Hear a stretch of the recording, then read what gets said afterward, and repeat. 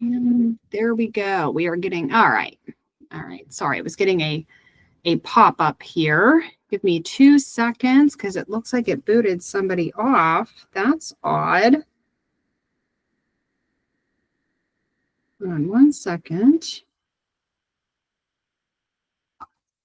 I don't know why we're having technical difficulties today.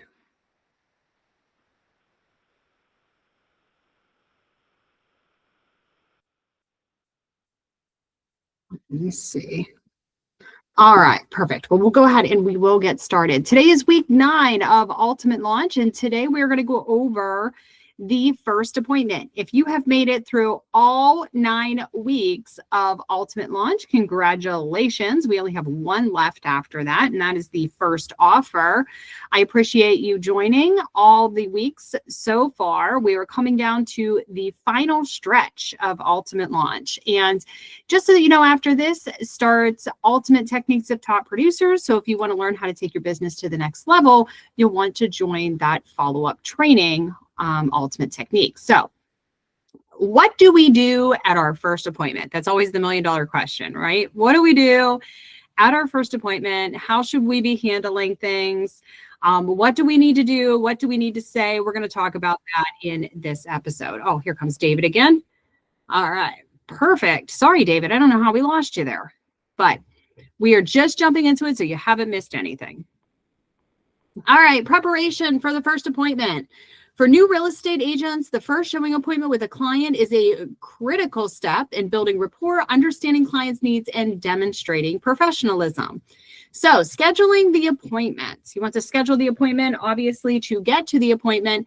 And remember your 7 touches. For those of you who were here in one of the earlier sessions, we talked about the 7 touches.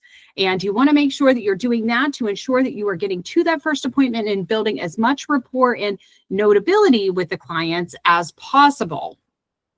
So now it's time to put your knowledge to the test. For your first appointment, you will want to set an exact time, date, and location for the appointment via phone. So you are talking to the people.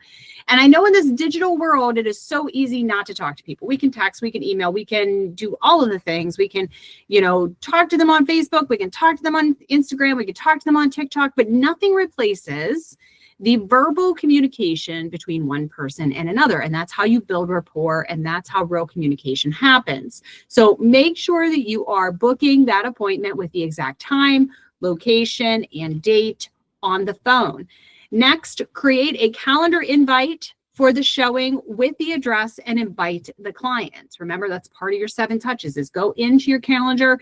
If you're not currently using it, your Google or Outlook calendar, whatever it is you're using, please start doing that. You will start to live and die by your calendar as you become a very busy real estate professional. So put that appointment in your calendar, set it in stone, and invite your client to it. Use the location tool on your calendar, please. So if you go into your calendar, you'll be able to put a subject line. You'll be able to put a date, a time beginning, a time ending, and down at the bottom, it says location. Put in the actual location the same way that you would put it into your GPS into that section. And then where it says invites, go ahead and put your client's email address. That is going to send them the notification and the GPS coordinates of where you're going to meet. It makes life super easy, I promise. Finally, text the client with the date, time, and location for the appointment. And that gives you 3 touches already. You've talked to them on the phone, you've sent them a calendar invite, and you've sent them a text message. So you're communicating in all the primary ways with your clients. Next, you want to coordinate with the seller or listing agent. Please don't forget this step. The MLS will give you very clear instructions on how to book an appointment. This may be done through showing time, through a call, or a text message, depending on the instructions. The agent in the MLS listing will tell you how to book that appointment. And we're going to go over how to find that information here. So ensure you are requesting an appointment as soon as possible, as some sellers may need more notice than others. Do not wait until the day of or the hour before, because you may not be able to get an appointment. If the home is tenant occupied, you may be required to give 2 to 3 business days notice prior to showing. So if you want to show a tenant occupied property and you need to get in on Saturday, please do not put in the request Friday night because the answer is going to be no. Understand that tenants need to be notified and in a certain way according to the law. And most of the time, that includes the real estate professional getting the request, picking up the phone, calling the property management office, which is only open Monday through Friday, 9 to 5. The property manager then has to draft a notice in the form of a letter, print that letter, drive to the house, post it on the house to notify the tenant of that appointment. Now, I know what you're going to say. Why don't they just call the tenant? Well, that's all fine and good.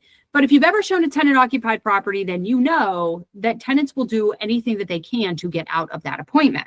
So posting it to the door 24 hours in advance is the requirement of the law. So in the landlord tenant ordinances, it will say that unless you have some other means communicated in your lease, that this is what has to transpire before the landlord, the property manager, or any representative thereof can access a property. And just a disclosure, not giving you legal advice, just stating, what we have all learned in our licensing prerequisite courses and my knowledge of owning rental properties. This is not legal advice. So 24-hour notice needs to be posted. So please keep that in mind when you are making appointments for tenant occupied properties. All right. How to check how to check the showing status on the MLS. The MLS is likely to tell you how quickly you can show a home and how much lead time you need. There are a couple different showing statuses when you look on the MLS, and there's a picture of what that looks like here at the bottom of the screen. So it will say appointment with lister, appointment with seller, appointment required lockbox, vacant lockbox, or other. Okay, so those are your primary choices when it comes to you inputting a listing into the MLS.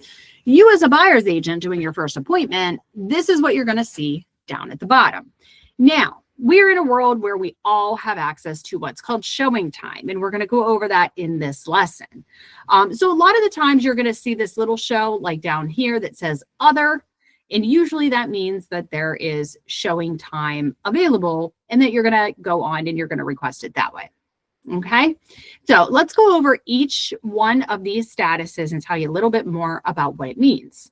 Appointment with lister means that the home is occupied and notice is required. So this usually means that next day appointments are fine, but same day appointments may not fly.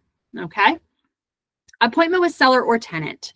Home is occupied or seller will not provide agent the keys. Home may have the tenant present or the seller may be there when you are showing the property.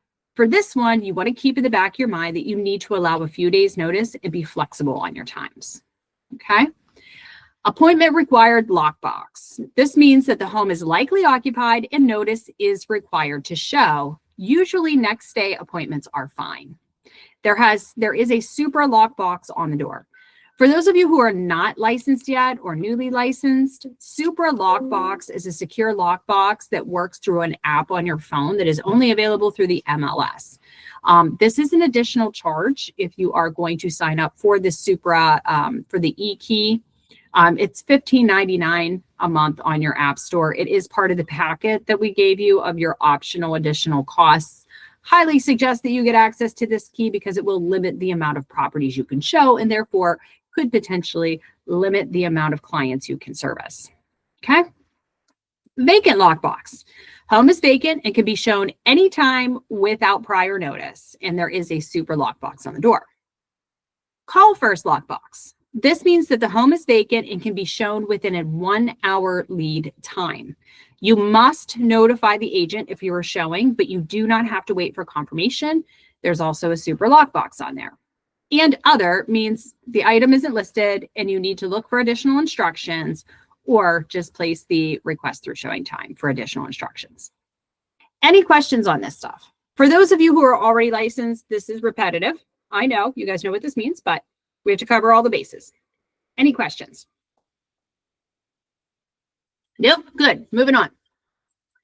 How to request a showing through Showing Time. Showing Time is an app used by agents that integrates with our MLS, and this allows buyer agents and seller agents to communicate and track showings and feedbacks on properties. It's a neat little app for those of you who don't have it already. But to use ShowingTime, you have to download the ShowingTime app from your app store. It is free. It is included with our MLS, but you do have to have an MLS membership to be able to use ShowingTime. All right. So to schedule an appointment, you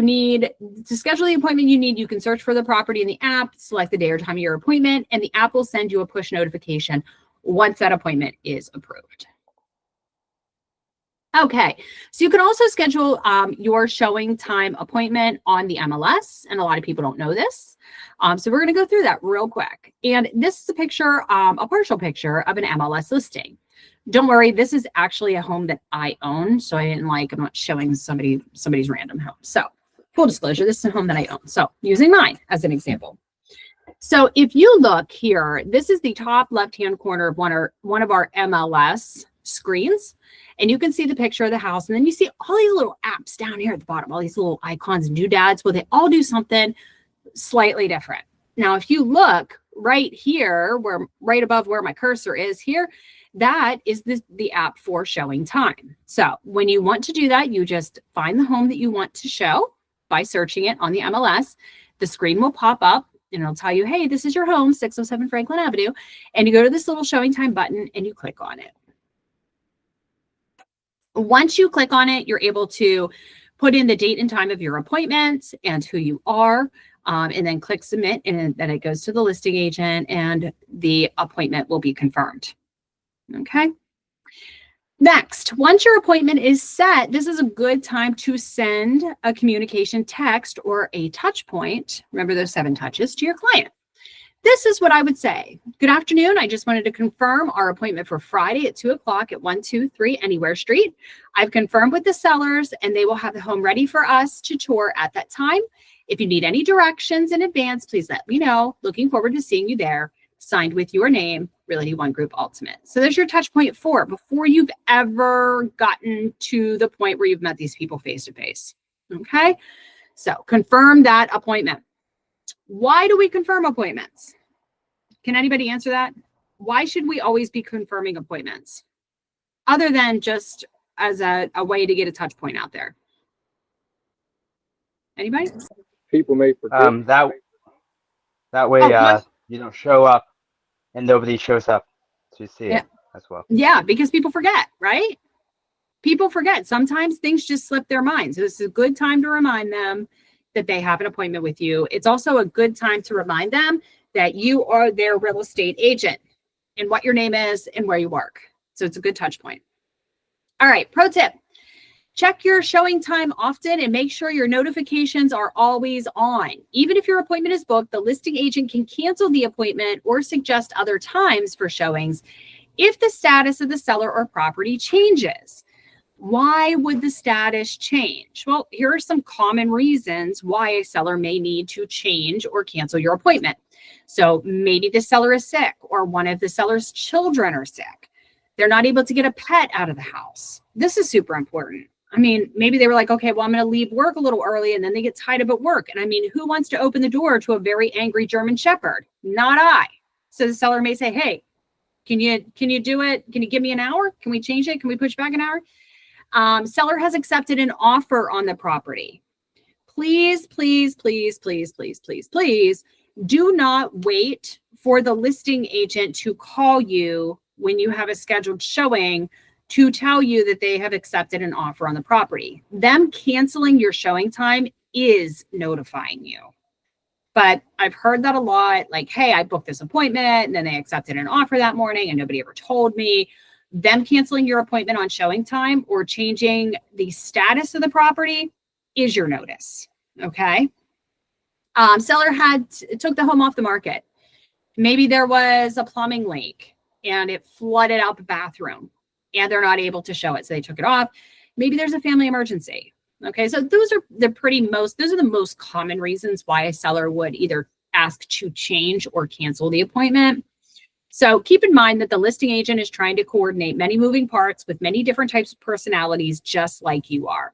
Be kind and do your best to work with the listing agent and not against them. If you have a question as to why the showing is denied, unconfirmed, or moved, have a friendly conversation with the listing agent to gather direction. All right, so let's talk about prepping for your appointment. Before we go on, does anybody have any questions on how to book an appointment and get the time and date confirmed with the seller or seller's agent? No? Sorry to put them in today.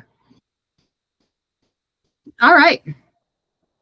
Next, we're going to talk about gathering your supplies. My throat is super dry. Preparation is key in real estate. So before you do a showing, you will need to have certain supplies and information available for that showing. Please do not skip this step. This step can mean the difference between having a lead or a client. Okay, so you want to come prepared. It is literally your job to come prepared. So please make sure you're coming prepared to your appointment. Some information you need is some information about the property. Here's what I suggest bringing with you. The MLS listing sheet. I know everything's digital. Print it out anyway. Print it out. MLS listing sheet. Seller's disclosures, if they're available. Lead-based paint addendum, if the property was built before 1978. OGM disclosures. OGM stands for oil, gas, and mineral right disclosures, if they are available. And please print out the property lines and flood maps that are available on the MLS.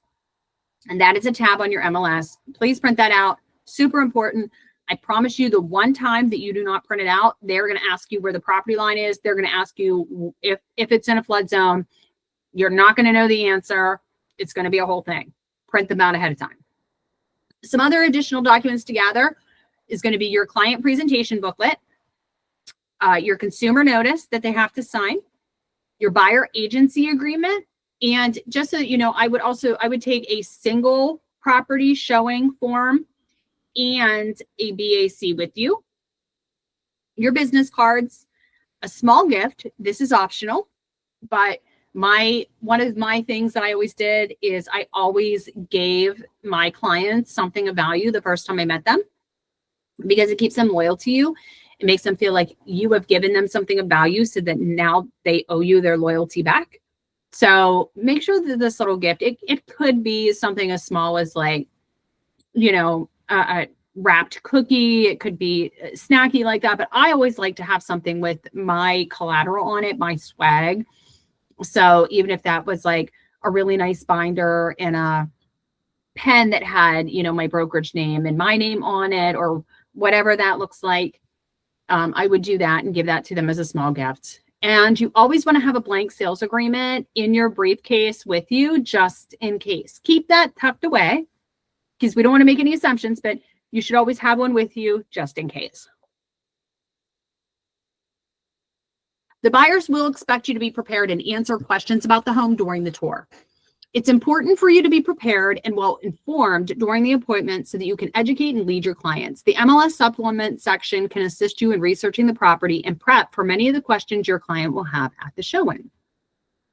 So here's that same photo of the MLS, and you can see one of the icons underneath of it is a stack of papers.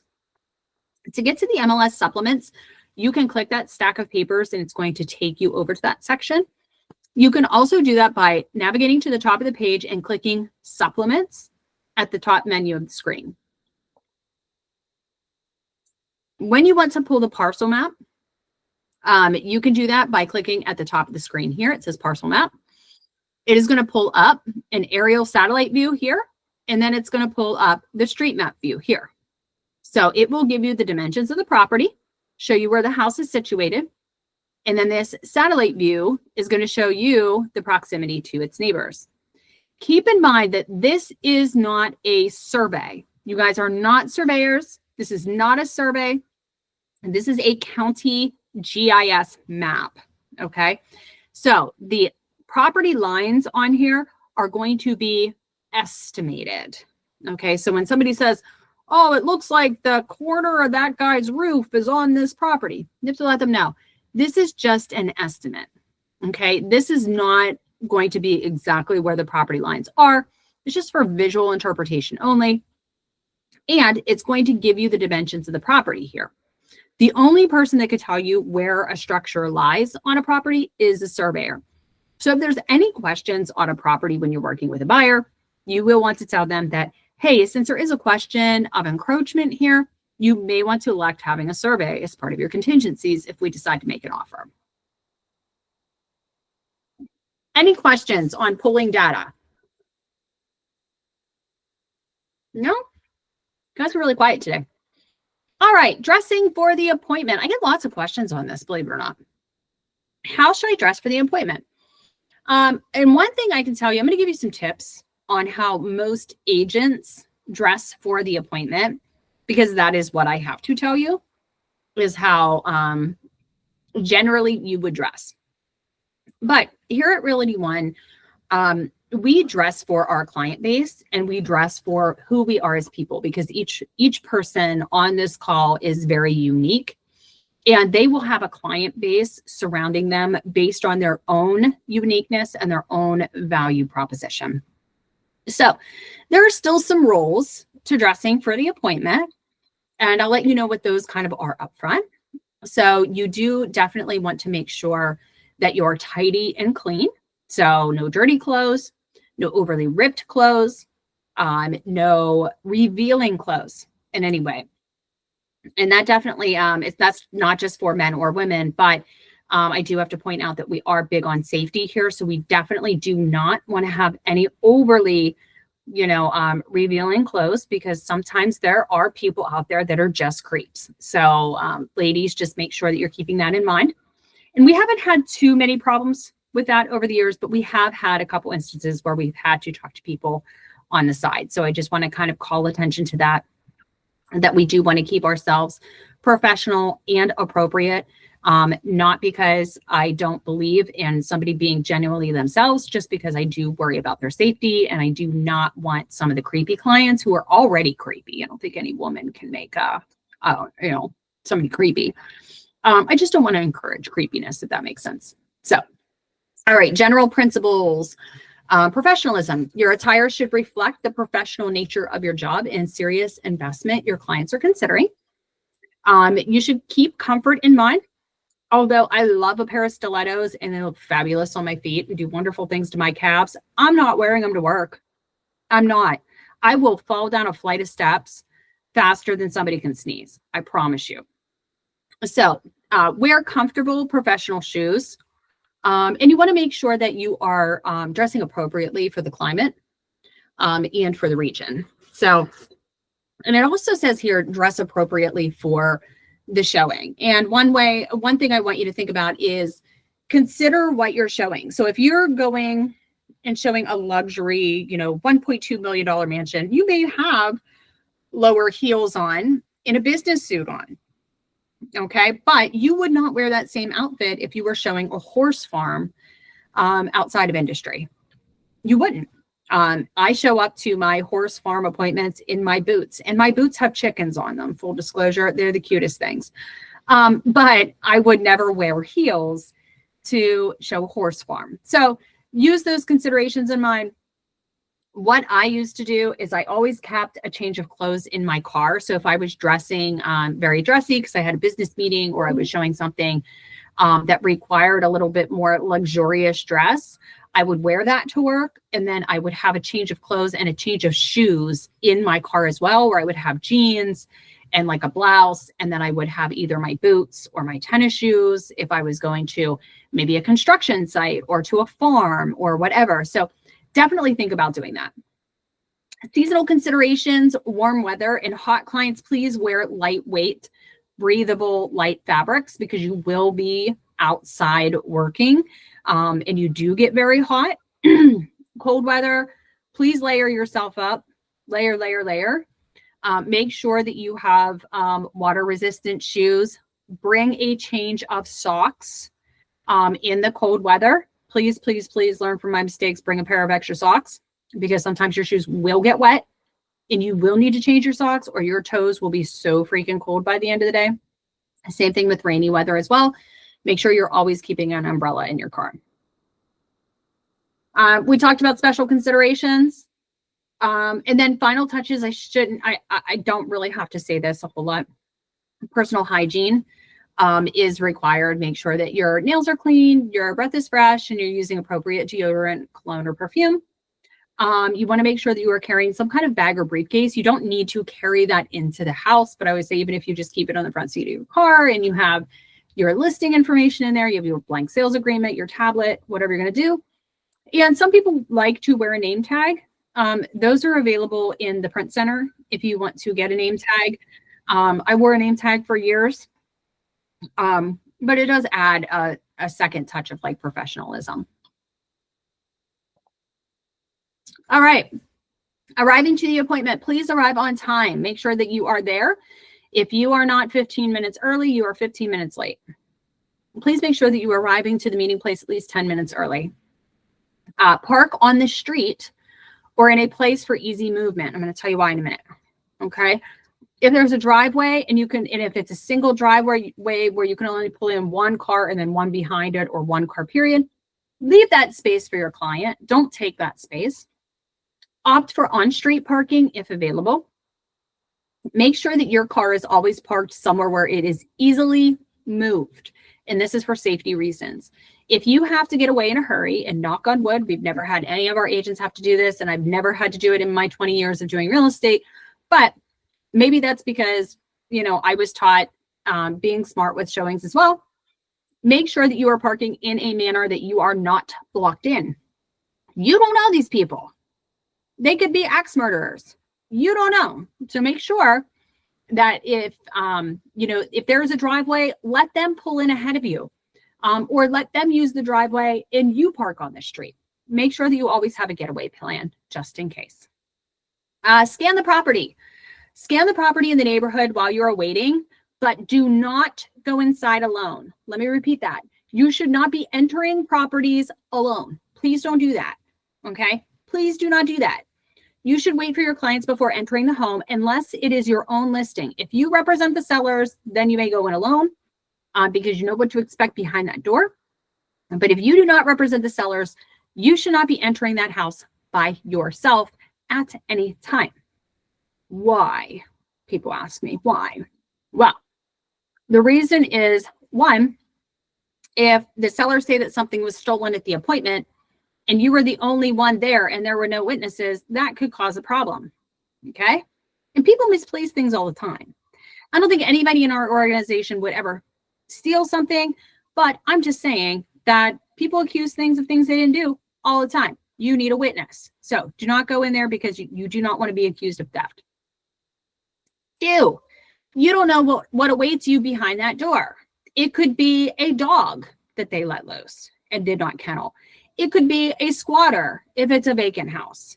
You do not know what awaits you behind that door. So you need to make sure that you are with somebody. So in the event that something happens and you become injured, there's somebody to assist you out of the house or call for emergency services. Okay? Perfect.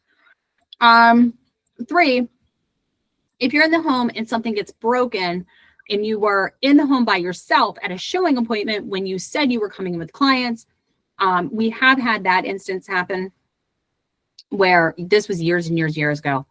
An agent had gone in ahead of the inspector. She was meeting the inspector there, and it was like a lamp or a vase or something got knocked over. And the sellers were having a fit because the agent had no business being in the house without the inspector there. Not that it would have made a difference. This was a pure accident, to which she was willing to pay for, the replacement. But they still had a fit because she was in there without the inspector being present. So just don't do it. Okay. Brush up on your listings sheet for the home so that you have the details fresh in your mind for your client's arrival. And then text your client when you get there and let them know that you've arrived at the property and where you're parked. When your clients get there, you want to greet them with a warm welcome and introduce yourself. If this is your first in-person meeting, briefly introduce yourself and reiterate your commitment to helping them find the right home. Then explain to them the showing process. If this is your first meeting, you'll want to explain that you will take them on a guided tour through their home, welcome them to ask any questions along the way, and explain that they are welcome to open cabinets and closets, but to avoid touching or moving any seller's personal belongings. It is also important to explain that it is common for sellers to have video and audio recordings of the home and to be careful what is said during the home tour. Explain to them that you will meet back at the meeting spot, which should be by your car on the street, after the appointment so that you can gather feedback and discuss more confidential questions.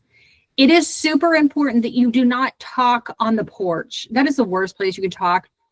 We get complaints all the time that somebody showed the house and they went outside and they talked to their agent, and the agent and the clients were like talking crap on the house, and now the seller's upset like it's our fault. Please don't talk outside with your clients. Do not talk about the property on the property. I don't care if it's in the kitchen, in the basement. Do not talk in the backyard. Do not talk on the front porch. You talk about the property once you are off the entire perimeter of the property, because trust me, that Ring doorbell will pick it up. So go back to the street where your car is parked and then talk a little bit more about the house. If your client starts to talk about the house in a negative fashion or starts to talk about their own financial situation in regards to real estate, please shush them and tell them that some thoughts are inside thoughts and you will discuss it after the appointment at the meeting spot. Okay, because trust me, we are in a negotiation business, and if the seller can use the information against them, they absolutely will. Okay. At that time, please have them sign a consumer notice and a single property buyer agency form. At that point, then you can enter the home. All right. There are two types of common lock boxes that we use for properties. One is the Supra iBox, which is shown at the top, and that's where you would use your E key to access the home. The other one is a combination box, also sometimes referred to as a contractor box, and a picture of that is at the bottom. Now, the contractor boxes, they come in different styles, but they'll generally look like this one, okay? So you would access the Supra lockbox, the top one, the blue one, by opening up your Supra eKey app on your phone. You take the bottom of the box, and there is a little like box inside there. You push up on the bottom, and then the red light on the front of the box is going to start to blank. Then you take out your app, you put in your 4-digit code, and you put release key, and you point it towards the box. It's going to beep.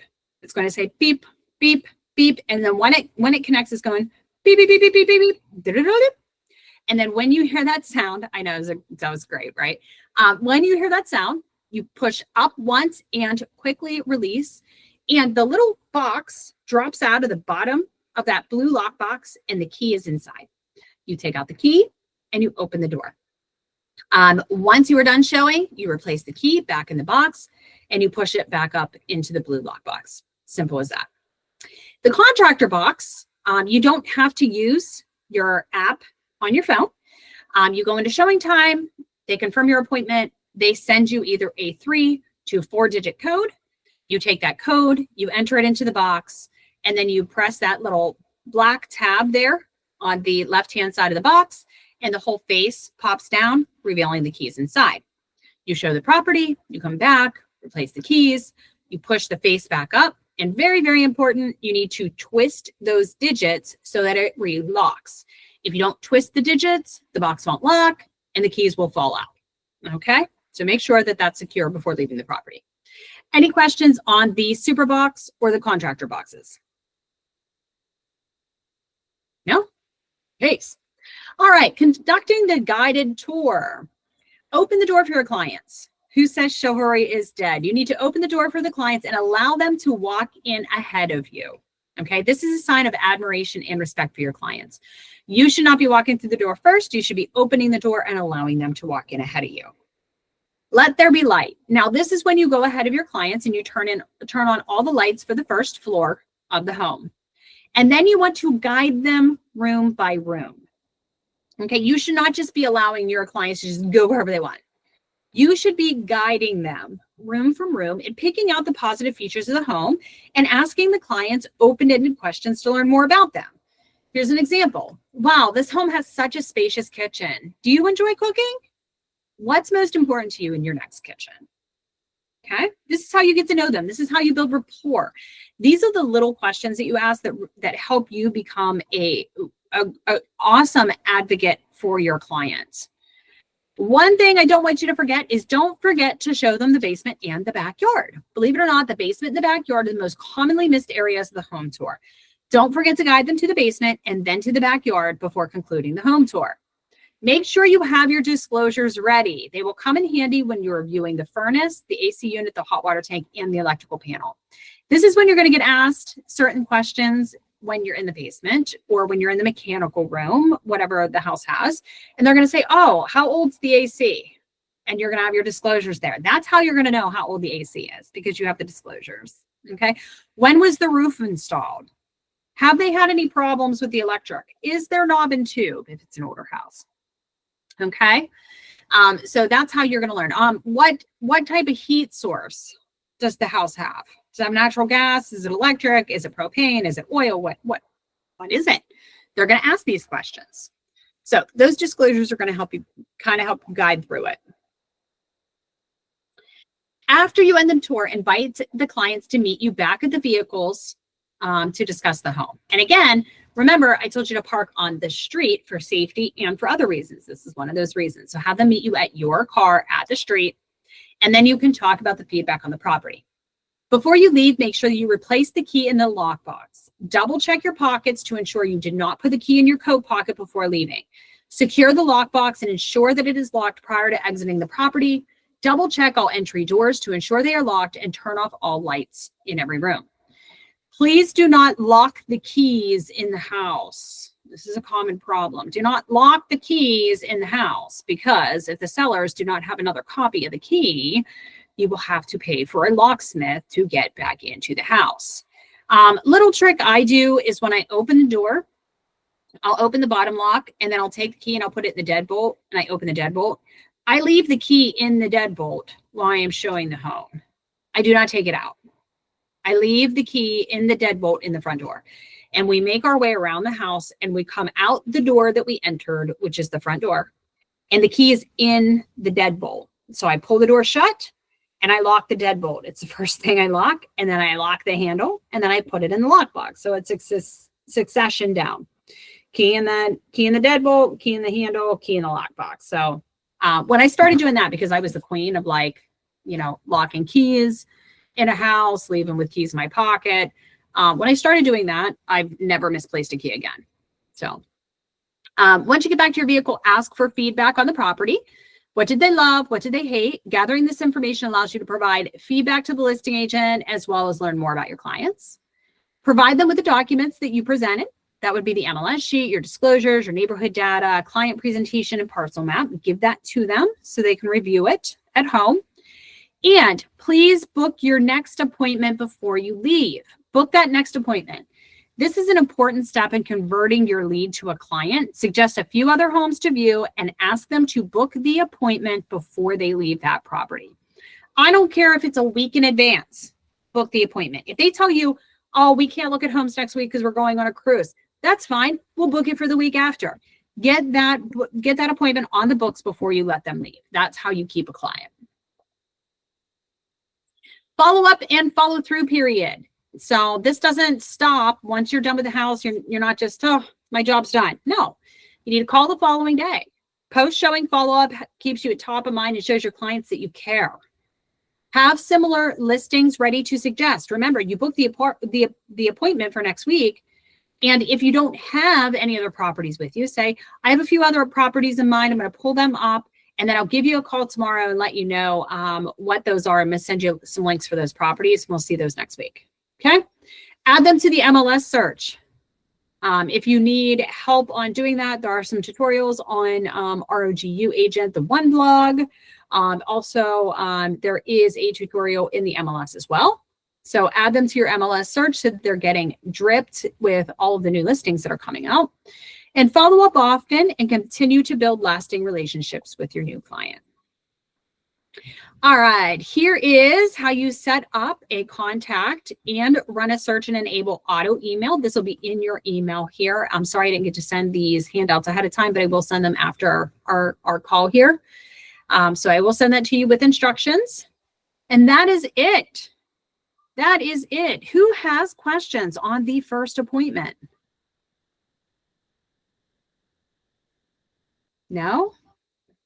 Anybody do anything that I didn't talk about that you think would be good to share? I was just going to say, I probably will have more questions when I'm closer to being licensed, and I might actually come back to, because I know you said they like kind of rotate this class, maybe come back to it again since I'm starting on week 9. Yep. You can absolutely come back as many times as you like. Okay. Awesome. Well, if there's no other questions, that is all I have for you this week. Next week is week 10. We're going to go over the first offer and all the steps you need to do to prepare for your first offer. Of course, I will stay on the line here in case anybody wants to chit chat after everybody else has left. But if you are jumping off, have an amazing rest of your day. Thank you. Have a good day. Bye.